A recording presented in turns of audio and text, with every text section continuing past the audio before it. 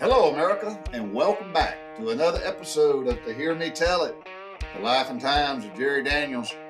When you've had your daily dose of today's craziness, dealing with all them Karens out there, ride shotgun with old JD as he goes back and recounts the life and times of growing up in the South during the 60s and 70s. I believe we were called baby boomers. Stories that you will say, yep, I done that, but I ain't gonna tell my kids. And I ain't never told my spouse. But whatever the truth be, it will be this, to hear me tell it. Well, hello, folks, and welcome to another episode of To Hear Me Tell It. I know y'all saw this last week, and this is really going to take a lot of me to get used to, is to look over there and not at me, the picture. So maybe I need a different setup. And I'm pretty much a straight shooter. I'm going to make a confession. Man, I do a lot of stuff wrong. I make a lot of mistakes. I think I'd learn. But Laura's in this kick of, we got to clean out because we're at our age where I don't know if mom and daddy went through this or not. I don't know. I don't think they did. So maybe it's a generation thing, but I don't know if mom and daddy went through a stage where they thought, hey, maybe, well, I know daddy didn't say it to mama, but mama maybe said, Bob, we need to clean out stuff because eventually the children are going to have to clean out this shit. I'm sorry, stuff. I got to get better at swearing too because now I'm on YouTube. So anyway, I know mom and daddy went through that with her mom and daddy, not necessarily my daddy's mom and daddy. That didn't happen. But they had to clean out the stuff, and I think they sold a bunch of stuff, had yard sale. I don't know if they called them estate sales then or not. I don't know. But so Laura's in this kick where we got to declutter. So at our age, I guess we got like a 10-year plan to get rid of crap. And in the support of this initiative, I've been getting rid of stuff. And I bought this really nice mic system to do all this with, maybe like, I don't know, 2 years ago. Well, I didn't buy the mic to do anyway. So I bought this really fancy mic that came with the stand and all that stuff. And it came with this nice desktop thing that you can put over here and bring the thing over here. And then it's like hanging down, from up here. And then anyway, I threw the damn thing away. It was nice. I can't find it. So anyway, all right. That's my confession for today. I threw something away that I shouldn't have. And I'm starting to do that on a regular basis. I'm going to start, maybe I should keep a list of what I'm throwing away so that I won't feel like an idiot and waste time. Because I ain't kidding y'all, I spent 30 minutes this morning looking for this damn desktop microphone holder. I found the box. Now imagine that. I kept the damn box, but the thing ain't in it. So go figure. I don't know. I'm sitting here looking around. Maybe I can use this lamp over here. That ain't gonna work either. Or maybe I should just drill a damn hole in the ceiling and hang the mic down and put it on a spring on a spring door and bring it down here. I don't know. So anyway, it didn't work. All right. I digress. Hey, I want to follow on by saying I appreciate the the amount of people that are listening. Well, I'm going to see. I guess I'll take a pulse to see if the whole YouTube thing will do better than what was podcast. And my plan is I'll still do the audio of this episode. I'll still do the audio on just podcast. I'll still do that, and then I'll copy all of this and then put it into a YouTube because I now have a YouTube channel called To Hear Me Tell It. So I'll put that in there, and then I will put it on Rumble. Al Reeder, my great American friend, buddy, shipmate, he and I were in VP 44 and VP 30 together. Al Reeder's a great American. He got out of the Navy. I think Al had done like damn near 8 or 9 or 10 years in the Navy, and he got out. I wished he wouldn't have got out. He would have been a fine chief petty officer, and then whatnot. But anyway, Al didn't make the Navy career, and he ended up marrying my cousin, and they live anyway. So anyway, I shouldn't tell them people where they live. That's none of their damn business. I shouldn't do that. But anyway, Al, I forgot how I got started on this, on Al. Anyway, Al's a regular listener, and I appreciate him very much. And I have no idea why I was even talking about Al. Boy, is that a sign of age or what? It'll come back to me. I know in a minute you'll hear me scream, oh, I remember what that was. So, anyway, where was I going to go? So Al's a great listener, but here it is. See, I told you I would remember it. Al shot me a text message the other day, and he said, hey, you should put this on Rumble. So I did, and it's on Rumble now, and I'll do that as well. But I'm going to tell y'all right now, it's a lot of damn work, man. This whole going strictly from an audio podcast to a video, YouTube and Rumble, it's hours. I'm not making that up. It's hours of work. So, but that's okay. All right. So, as always, a brief recap. The bees are still doing great. I believe, just by watching their behavior, I believe that up here in North Georgia, I believe the bees are about to just slip off into what's called dearth, DEARTH. I know I've talked about it before, but I think the bees are going into dearth, and I got to start back feeding them, which is it's expensive because you got to buy sugars by the 50-pound bags to make sugar water and feed them. And then, anyway, and I've robbed them again. I don't know if I told y'all or not. I think I did. Maybe I didn't. Anyway, I got almost I got about 45 pounds of honey from them, and it was good honey. Good honey. I did it. I processed it in 2 batches. Let me share why. Not that my YouTube channel needs to be all about bees. Maybe I should change the damn name of it. But anyway, I collected the frames out of the hives, and I undid something that I had done in the past, which I ain't doing it again. And but I'm not running deep honey supers anymore. They're too damn heavy. I can't. There's no way I can pick up a super 10-frame deep super with honey in it.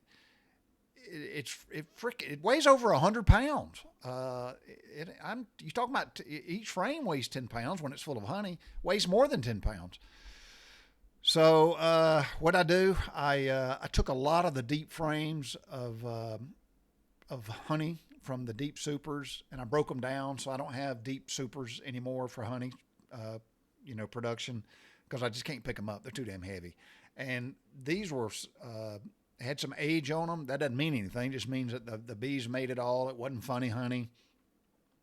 And so I took all that, and I separated that from my smaller frames and what I call my heavy hive producers, and I processed that honey that processed from the small frames, the medium frames, was about 17, somewhere between 17 and 17.5% moisture. And then the other stuff I collected came in at 18.5, and that's the threshold. And it was somewhere between 18 and 18.5, but I'm just going to say 18.5 to be safe. And so I've got those 2 harvests separated, so not to mix the 17.5% quality of moisture with the 18.5%. Anyway, so the bees are doing fine. And next week we're looking for a lot of rain, and I'll go over to my friend's house, who let me move the swarm to their place, which is over 2 miles, by the way, a crow flies. So I moved it over there, and then I'll go over on a rainy day when the bees aren't flying, and I will take that hive, which is now a full-size hive, not a swarm box anymore, and I'll move them back over here, and I'll get that out of the way. And my friends John and Linda are great, and they allow me to do that, so that's pretty good. I got my list here. So if you see me looking at my paper, I can go, oh, I got a list. So, all right. And the chickens, man, I tell y'all what, I'm not really sure yet why I did. I love learning. So I wanted to keep chickens. I've always thought about keeping chickens. Well, I shouldn't say I've always. In the last 10 years of my life, I thought about, I'd love to have chickens. And I'm doing it not for meat producing, to eat them. I guess if I had to, I would. But it's for the eggs. But here's the point. It's kind of like the bee thing. I love learning. I love the science of all this. So I've learned a lot. But chickens are damn entertainment. If you ever just feel like, man, I'm in the dumps, I'm depressed, which I don't know if I've ever been depressed. I've been pissed off. But if you're ever just feeling gloomy and you're thinking, man, you know what? It's like kind of like watching billy goats. Just go outside and watch chickens be chickens. Just watch them. They're freaking hilarious. So the younger girls, my young gals that are now, I think officially, where's my calendar? Oh, my calendar's hanging in the kitchen. I don't have it written on this calendar, but I track how old they are. And the younger chickens, I believe, well, today's Thursday. I think today's Thursday, isn't it? Yeah, today's Thursday, the 12th. So the younger chickens, I believe today are officially 8 weeks old, and they're starting to get some backbone in them. And the bigger girls, they still pick on them. The big girls still pick on them. And like yesterday, Laura and I had fresh corn on the cob with supper. And, you know, of course, we eat corn on the cob. Got to go get dental floss your damn teeth as soon as you're done. But we had two, you know, stalks. Not stalks. That's a stalk. I'm sorry, not a stalk. A cob. We had two cobs. Now, mine was picked pretty clean because Jerry Daniels can go home with some corn. But Laura's like, she didn't eat 50% of her damn corn. And we got done and walked in the kitchen, and I had mine. And I said, where's your corn cob? She goes, I throwed it in the trash. I said, no, we got chickens, man. You can't throw that away. So I went in the trash can, got it out. So I took Laura's corn cob, which had at least 50% of the corn still on it. I had mine, which I didn't go home on it. So I walked over to the chicken run, and I threw mine, which has been pretty much, but the chickens will tear it down to nothing. So I threw mine in there with the big girls. They were all on this side. So I threw it over there, and all 9 of them big gals jumped on it, and I let them get all distracted. And then I took Laura's, which had, it's so hard for me to not look down there, but I took Laura's, which had a ass load of corn on it, and I chunked it over yonder where the little girls were all, they kind of keep out, they're smart enough at this age just to stay the hell away from the big girls. And if one of the big girls walks over there, they're like, oh, and they'll run. And it's all about survival. So, but I took Laura's corn, which had all the corn on it, and I throwed it over there, and the big girls didn't see it.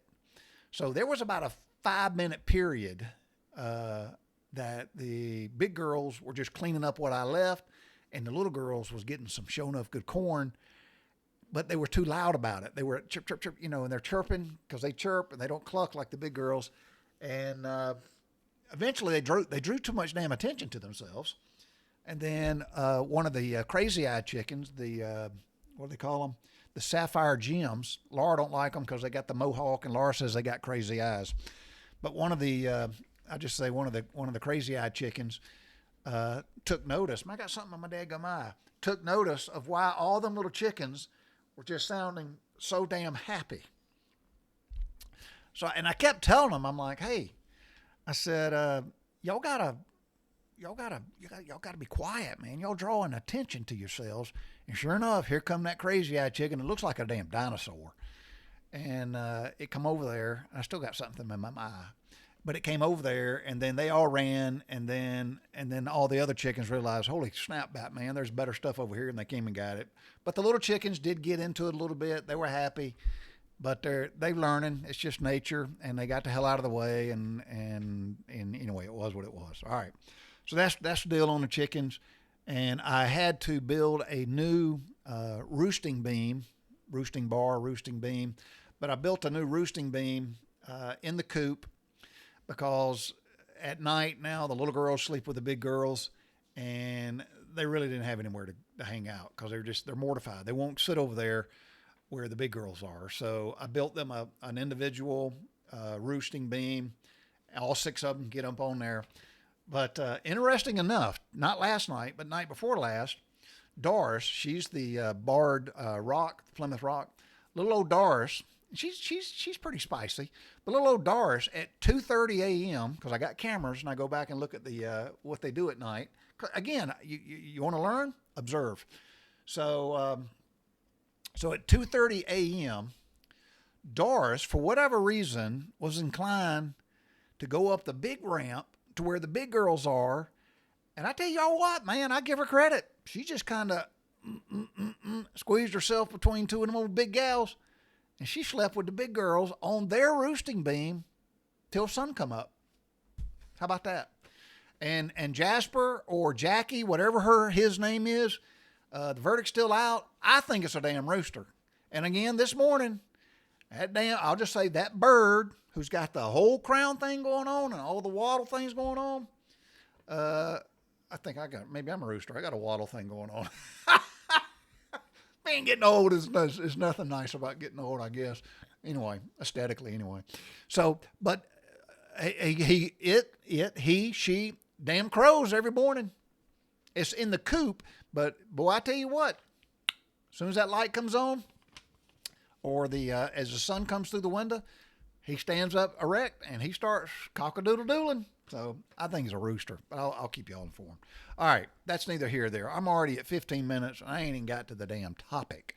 So, and y'all, Laura told me to say this. So now that this is on YouTube, y'all can ask questions, give me feedback, whatever, and I'll take all criticism. I shouldn't say criticism. Any feedback is constructive. That's what I learned. So any feedback is constructive. Throw it at me, and I'll just take it on the cheek and with a grain of salt, and I'll move on.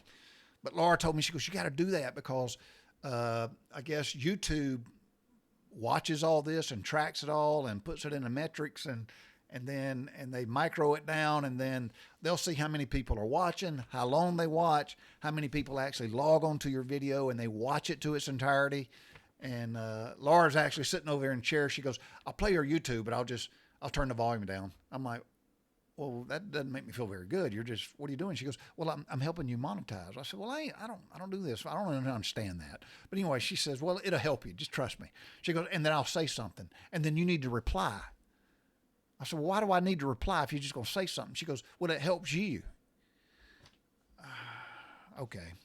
Anyway, maybe I'll figure it out. Anyway, all right.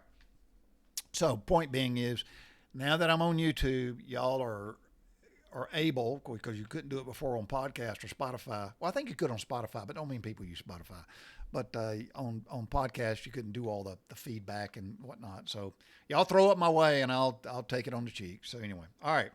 So here's what I was thinking, and I'm going to go back to this whole thing about DOGE, and I'm going to move this. I think I can move it. No, maybe I can't. But anyway, so I was thinking about DOGE, and I gave this a lot of thought. And, the whole DOGE website I mentioned earlier is it's up and running, and anybody can go to the DOGE website and look at it. Anybody can.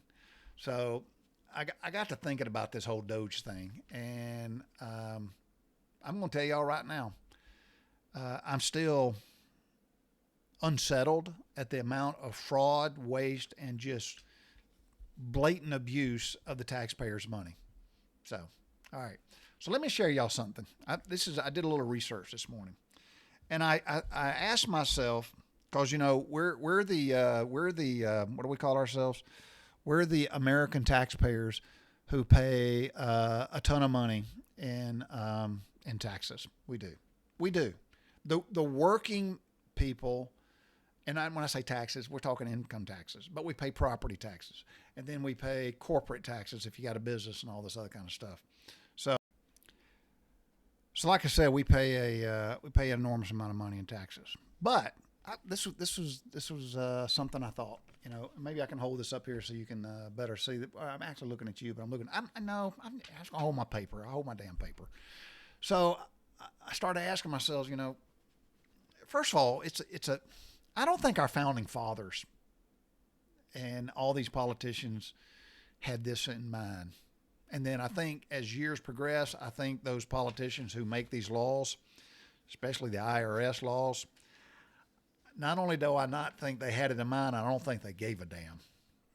Because I find it odd that all the politicians are rich. Do y'all find that odd? All the politicians are rich. I'm not saying there's anything wrong with being rich. But politicians are supposed to be servants of the people. Why is it that the people who make the law, write the law, make the law, and all that stuff, why are they filthy freaking rich? And how is it that they get in there and they don't have a lot of money, like AOC, for instance, but she's worth over $20 million. She didn't have damn two nickels rubbed together a few years ago. You know, Raphael Warnock, John Oshblatt, whatever his name is, Hank Johnson, Maxine, Nancy Pelosi, her and her husband Paul, they're criminals. But how is it that they're all filthy freaking rich just like that? Snap of a finger. Let me do it again. Just like that. Hey, I want to share y'all something. I squirrel, but it's my podcast. I do what I want to. But I'm going to share something with y'all. When I was little, and I shared this before, and I'll come back to the whole DOGE thing. But when I was little, I didn't know how people snapped. I didn't know it. So I thought they were using, where's my camera? I thought they were using these two fingers. And I couldn't do it with just my thumb and my index finger. I couldn't do it. So then I learned that if I put this finger behind that finger, I could get a semblance of a snap. It wasn't a good one. It's easier like this. But so for the longest time, until my adulthood, I thought, well, no, not my adulthood. When I was little, I thought that that's how people snap. They would just, and that was it. So the index finger don't have that snap to it. So then when I cut my finger off, where it is, when I cut my finger off, and Stuart O'Hearn loves it, he calls it the nub. So when I cut my finger off, I couldn't do it anymore at all. So then I had to learn to do this. But I never changed this. So my snap had two tones. Like that. So anyway, all right. That's neither here or there. But I lost my place. I don't know what. Anyway, so back to DOGE. So looking at the whole DOGE thing, I'm going to share something with y'all. This is what I learned. So it is estimated, because I thought about how much the burden is placed upon the Americans to file all these reports to tell the federal government your situation, and then all these laws and all these regulations and all these processes and whatnot, and it determines whether or not did you pay your fair share, I guess is what I'm saying. That's what it says. Did you, you file your return.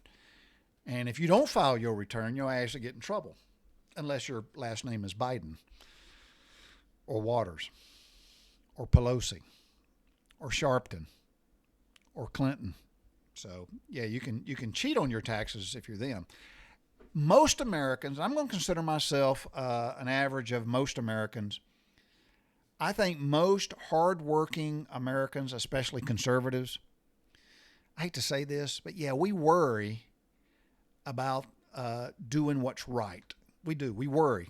It's in our DNA. We worry. We actually care that we do what we're supposed to do, But it is estimated, get this, it's estimated that in the tax year of 2024, last year, that Americans are expected to spend $148 billion, that's with a B, out of pocket to file their returns. Just think about that. $148 billion are spent by Americans to make sure they pay the IRS what's due to them. And this is just in income tax. Income tax. And the government has a way to figure out what they call total compliance cost is, or the word they use is burden. How much is the real burden cost? And that's all your out-of-pocket expenses. That's your time. That's all of that. It's estimated that the total, what they call compliance burden, placed upon the American taxpayers. See, freeloaders don't pay taxes, so they don't give a shit. And the rich people are so rich, they don't care. So the only people that really burdens and worries are the people in the middle, i.e. the middle class. That's it. The ones over here that are filthy rich, like is the 1% or whatever they call it, or maybe the top 10%. I think it's top 1%. I don't say they don't care. They don't worry. They don't worry. And then the freeloaders, which is a huge percent, they ain't got no skin in the game. They don't care. They don't care. So the middle folks, us, the hardworking taxpayers, it is estimated $464 billion is compliance burden put upon the taxpayers to pay their taxes. That's absolutely insane. Okay, so going back to the whole thing about the DOGE. So I looked again at the DOGE, and I shared this with you, I think 2 weeks ago, but I got to thinking about the whole DOGE thing. And then it occurred to me, y'all remember there was a movie back in 1993. The movie was called Dave, D-A-V-E. And I don't know the actor and actresses, and it's not important. Well, I do. That was, I can't never pronounce her name. She was in all the Alien movies, Sigourney Weaver, whatever.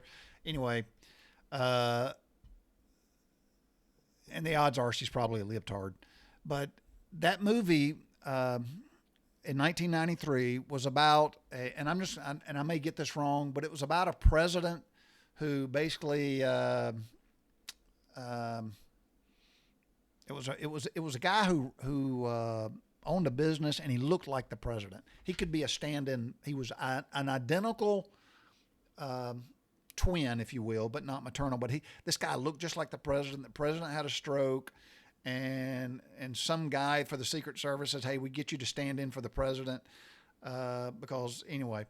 So they did that, and this whole thing spins a web, and then he has to do it long term, and he's supposedly having an affair, and his damn cabinet is largely corrupt. His chief of staff, some guy named Bob. Anyway, and Dave gets in there. And then Dave starts to start making some decisions, and the people that are running this whole masquerade are like pissed off. And he's like, okay, you're going to expose me? I'll expose y'all. So he gets some power, but he starts to using it to the good.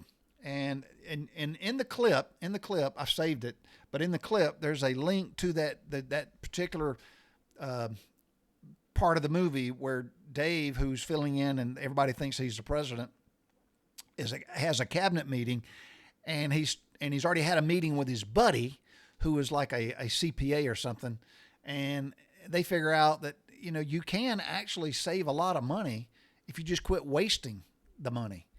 And during that meeting, Dave asked one guy, he goes, I don't understand it, but we're keep paying these contractors on time, but yet they're not delivering, so let's just stop paying. And then it goes on down the list about all this thing, about this one grant was spent like millions and millions of dollars in advertising and marketing to make the American auto owners, the American automobile owners, to feel good about buying an American car.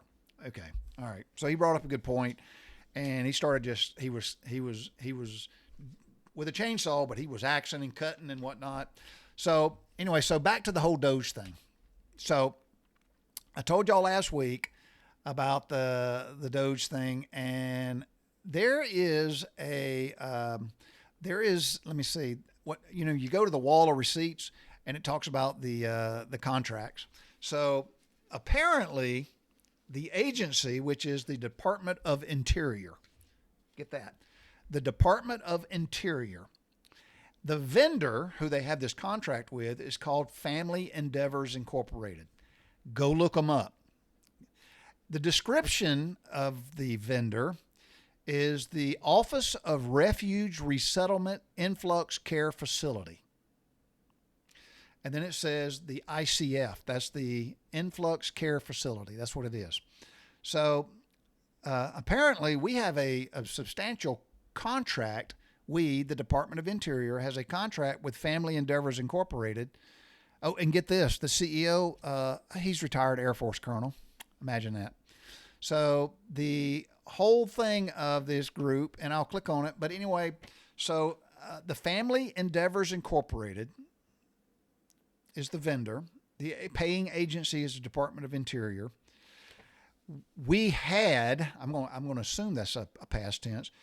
We had a contract, and the contract again was to support the Office of Refugee Resettlement Influx Care Facility. And that contract, y'all, was $3,322,900,356.98. Yep.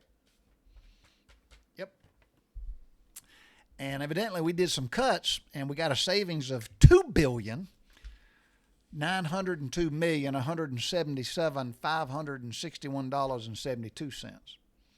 So then I thought, why don't I go look at that? And you can go and see what they do and whatnot. But here's an AI. I hate AI, but here's an AI overview.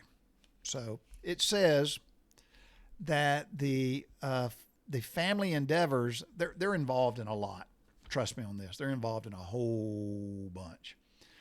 But here is the part I want to talk about, and it's the influx care facilities for unaccompanied children. It says that and bear me, I'm going to look down here, but the U.S. Department of Health and Human Services is working diligently with its interagency partners to ensure that unaccompanied alien children are placed and vetted with family members or other sponsors in the U.S. as quickly as safely as possible.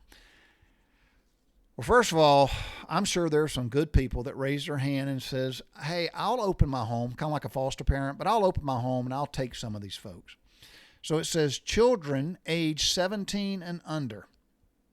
First of all, there are some gang members who are 14 years old. But children age 17 and under who are unaccompanied by parents or other legal guardians and who have had no lawful immigration status, in other words, are unaccompanied, they're aliens, they're here illegally, and are apprehended by the U.S. Department of Homeland Security, are transferred to a care and custody of the HSS Office of the Refugee Resettlement. And then it goes on down and it says that the ORR, the Office of Refuge Resettlement, and its network of 240 shelters and programs across 27 states prioritize accountability and transparency in program operations and strive to be a good neighbor in the communities where they operate. The impact of these shelters on local community is minimum. Why do they have to put that in there? The impact on these shelters on the local community is minimum. I would question that. And I'd like to know how they measured minimum. Unaccompanied alien children remain under staff supervision at all times. I don't believe that. HSS works in close coordination with local officials on security and safety. I don't believe that. HHS arranges for the security of unaccompanied children. They may arrange it. I don't think anybody follows through with it. On-site security is 24 hours and 7 days a week. Okay. All right. Y'all believe all that? Because I don't. But here's what I know is that this whole thing is intertwined with this group called the Family's Endeavors. Family Endeavors Incorporated. San Antonio. Tax exempt. The EIN numbers on their website. They're a 501c3. Their revenue, they had a little bit of money. I'm going to show y'all this. This is funny. Y'all just connect the dots. In the year 2014, hell, let's go on back a little bit further. They started in 2011. Yeah, 2011. You know what? It's so small, it won't even pick it up. There we go. In the year, let me see if I can get this to work. It won't. There we go. In the year 2013, so Family Endeavors Incorporated, a 501c3, in 2013, their revenue was $7.77 million. I'd love to know where that money came from. I would. $7.77 million. Okay, their expenses in the year 2013 was 510 million. Oh, I'm sorry, that's not right. That's not right. This thing here is really jumping around. Where is it at? Hang with me. 2013, their expenses was, let me write this down. Their expenses was 9.45 million. And their revenue, what did I say it was? I done forgot already. Was 7.77 million. Well, according to this, they was in the hole. And then they go on, and their revenue, I'm just going to follow along. So in 2014, their revenue jumped up to, it went from 7.77. In 1 year, it tripled. It went to 33 million. It actually dropped in 2015 to 22 million. And then no, that's not right. Damn it, boy, this is really hard. They need to fix their damn website. I can show you that. Yeah, 22 million. And then in 2016, their revenue went to 44 million. And then 2017, it dropped to 33 million. 2018, 43 million. 2019, 65 million. 2020, it dropped down to 52 million. And what happened next? Well, wow. So in 2020, their revenue, this group, the 501c3, in 2020, their revenue was $52.6 million. That's it. 52.6. And what happened in 2020? Oh, we had an election. Got a new administration. Y'all want to know what it was? I'm going to write this down. So in 2020, let me write it down. 2020, I know, people say, Jerry, you do a better podcast if you did your homework. That's okay. It was 52.6 million. The very next year, it went from 52.6 million, bam, to 658 million. Damn near $750 million. 2022, hold on to your shorts. Their revenue shot up to $1.19 billion.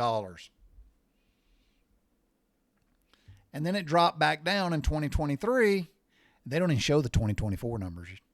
I would love to see that. They're not reporting it. But in 2023, it dropped down to 570 million. Their expenses went to 625, then it went to 108. Anyway, you go on down the list. So in 2023, their revenue was 569 million and some change. Yep. Contributions, their total contributions again was percent of total revenue. I would like to know where these contributions come from. That's what I want to know. And do they consider the Office of the Interior, is the taxpayer dollars part of that revenue, that $562 million? I think it is, because I don't see it under anything else. Program services, and then they have investment income, net fundraising, other revenue, but it goes down to this. So who's making some big cabbage in all this?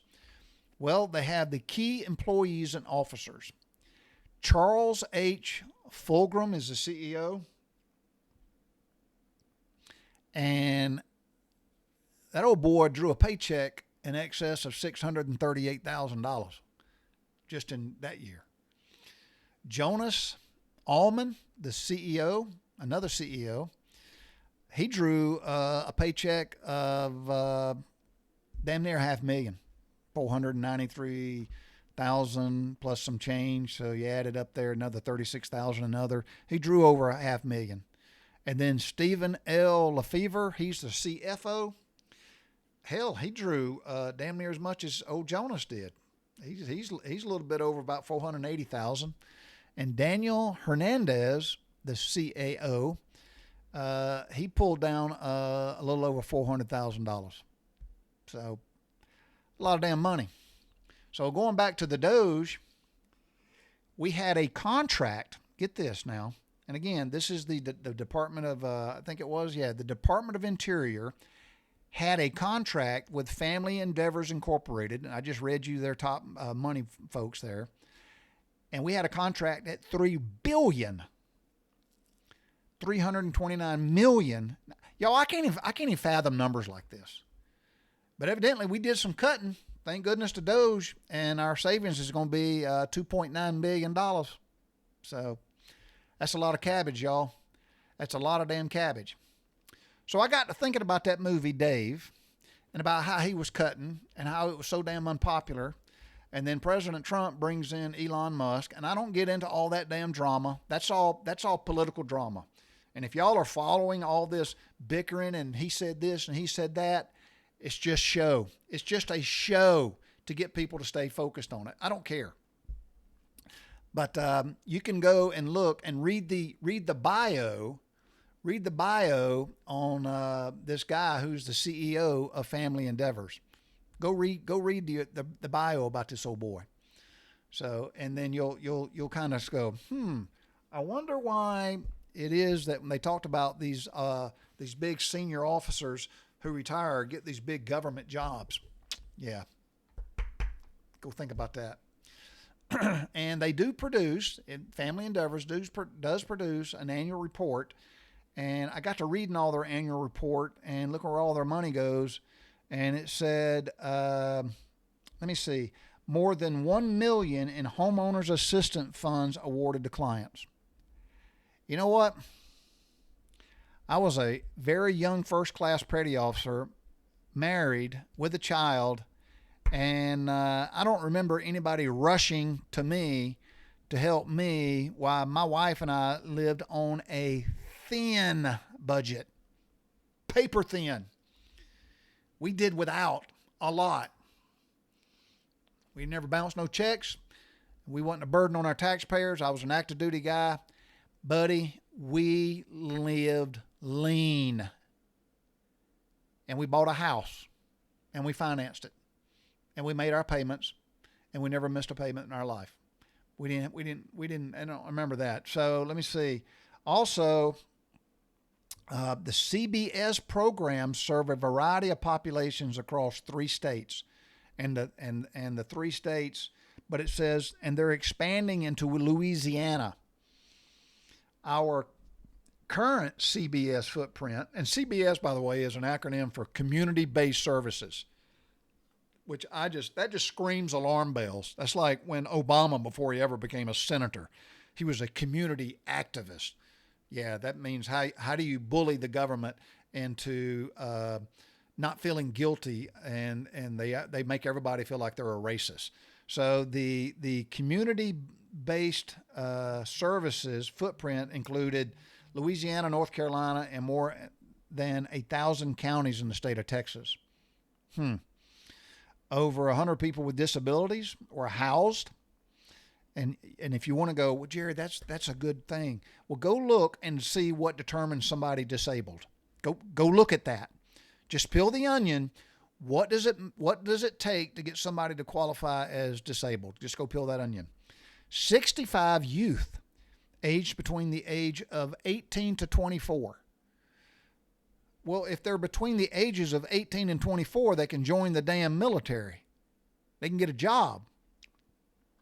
65 youth between the ages of 18 were provided rapid rehousing by Endeavor's Youth Reliance Project. How about that? But it does go on to say that over 1,147 veterans were served by providing permanent supportive housing, shelter management. How noble of them. How noble of them. Way to go, Chip. You're the man, buddy. You keep the torch running there, partner. So after I did all this research and I went and did some looking, and y'all, Sorry, y'all keep looking top of my hat because I got to look down here. I got to do something different, obviously. But I got to thinking, all them folks that were impacted in North Carolina. You know, y'all remember how the country and the government responded to the folks in Louisiana, Hurricane Katrina. Everybody forgets the name of the hurricane that whipped through North Carolina, Helena. But are those folks still hurting? I'm going to tell y'all right now, they're hurting bad, man. There's a lot of folks in North Carolina, they ain't begin to recover. There's folks in North Carolina that still don't have a damn road to their house. There's folks in North Carolina that still has no electricity and no running water. And most of the people that are up there working are doing it on their back as volunteers. Yep. And I'm going to put in my link, but there is over an hour YouTube if somebody did a great report on where are the people in North Carolina basically. And I'm going to tell you all right now, those folks are hurting. And we've got different agencies in Washington, D.C., and all the Democrats are screaming because we're actually cutting costs and we're discovering and getting rid of fraud, waste, and abuse. And I'm not, this is not a broad brush. I just find it interesting that the vast majority of the politicians that are kicking, whining, and screaming about the discovery and the exposure and the cutting of the fraud, waste, and abuse, I just find it interesting that 99% of them are Democrats. Y'all draw your own conclusion. I just find it interesting that the vast majority of the politicians who are screaming about the exposure of fraud are Democrats. Y'all draw your own conclusion. I find it compelling and telling is what I find it. Compelling and telling. You know, I was talking to a buddy of mine, and we were talking about DOGE, and he's like-minded. He's a retired U.S. Navy captain. And we were talking. Boy, that's a heck of a head, ain't it? And we got to talking and about the amount of people that on the books, and DOGE just uncovered this, the amount of folks that were still collecting Social Security but were dead. Dead folks still collecting it. Does somebody go, and this would be an honest statement, because here's what the news hacks say. Dead people don't collect Social Security. You're right, they don't. Somebody else does. Dead people don't cash Social Security checks. You're right. Somebody else does. But here's the point. Here's the fact.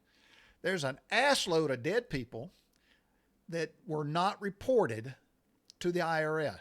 And I didn't know this. My buddy said, well, Jerry, you do realize funeral homes are required by law to report by Social Security number the death of an individual. I didn't know that. And it is. It is required by law. I didn't know that. I said, yep, sure is. Sure is. Now, it is not a law to make a public notice, an obituary, or none of that other stuff, but it is required by law that the funeral home to report that. It is. I didn't know that. So here's my question. What would the incentive be for a funeral home director to take a body, because they got so many hours, and I looked that up. They got so many hours to report the death, and I think it's like 72 hours, if I remember it right. So they got 72 hours to report the death of an individual by their Social Security number. So what would be the motivation? What would be the motivation? Why would a funeral home director go, I'm not going to do it? It's this. Could you imagine sitting in a funeral home, and there's an assload of funeral homes in America, and we've seen it in the news. There's a bunch of them that corrupt. There's some guy in Georgia that was supposed to be doing like an incinerator, was supposed to be doing all this stuff, and they had dead bodies stacked up in the woods on his property, and he was just giving the customers a bag of damn dust, charcoal, ashes. So yeah. And then there was a place in Texas, and there was a place in New York City and New Jersey and somewhere else. But anyway, corruption is corruption. But my question is, could you imagine sitting in a funeral home somewhere, and the funeral home director says, now, I'm required by law to report the death, but I'm going to guess your grandmama is collecting Social Security.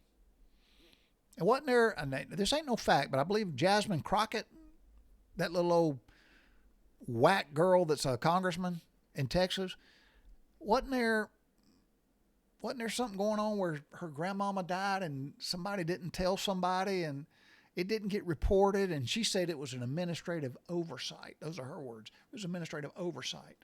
Well, if it was administrative oversight, and if this is true, I don't know if it's true, but if it's true, the Social Security Administration was depositing a check, where'd that money go? And somebody didn't think about that. Hey, grandmama died over a year ago. She's still collecting a Social Security check. Oh, no. Really? Where all that money going? So anyway, could you imagine sitting in a room with a funeral home director, and a funeral home director, and he or she says, now, your grandmama was collecting Social Security, isn't that right? Yeah. Well, I am required by law to report it. However, what's her check cost? What's her check come in? Oh, her check's $1,500 a month. I tell you what, we'll work us out a deal. I won't report it. We'll consider it an administrative oversight. So I won't report it, but since she's getting that $1,500 a month, how about you just give me a little cabbage off the top, peel the big leaves off, maybe like $200 a month. So for $200 a month, you bring me $200 a month, you keep the rest of it. And you just keep taking that money. That's just hypothetical. But I'm just saying. Man, I hope they keep going. Keep going. But yeah, we've got DOGE also learned that there are millionaires. There are millionaires who are collecting unemployment. There are small business SBA loans. There are small business administration loans that have been given to tens of thousands of people in the sums of over $1 billion to people that don't own a business. And some of them are from the age of 11 to 9 years old up to 150 years old. And they don't own a business. Yeah. One time I started a business one time, and I tried to do the right thing. I had a meeting with the SBA. They came to my house. We sat down and did some numbers, and I showed him my business plan. I showed him all my numbers and stuff, and he basically said, you ain't gonna make it. And he left. Yeah. And Mr. Daniels, you just got too much assets. Yeah. You got too much money, and I did all the math. He's there at my kitchen table, and you can't get in the line for government cheese. Sorry. You've been too responsible. You've been too successful. You did too good of a job. Yeah. Yep. Ain't that a damn... Boy, get my blood going. All right. That's all I got, folks. Keep up the good work at DOGE. I hope y'all keep finding all the fraud, the waste, and abuse, and do the right thing. And look at the links below. There'll be a link to the little clip of that movie, 1993 movie, Dave, and there will be a link to that video of those folks going up there in the hills of North Carolina 9 months after this has happened, and showing, you won't see this on the news anymore, but they're showing the devastation that continues it's sad. Matter of fact, I watched it, and it made me want to just stop what I'm doing, pack up my crap, tell Laura I'm going on a trip, load a tent and some camping supplies, and just go be a pair of hands and a back to help out. It's absolutely terrible what those people are still suffering with. So I feel, man, it just kills me to see it. All right, that's it. Thank y'all for listening. Hope y'all have a blessed day. God is good. No, God is great. This country is good. And I'm not even going to get into all the the LA riots and the crap that's going on, I'll lose my freaking mind. And I think President Trump's going to get that under control real quick, because the leftists out there in California, whatever his name is, Newscomb and Bass, them socialist communists ain't gonna do nothing. They love this shit. And anyway, so I wasn't gonna get started. Y'all have a blessed day. God bless y'all. Thanks for listening and watching, and I'll get all this up posted as soon as I can. Mike Coker, where you at? Are you out there playing golf already? Bicycle.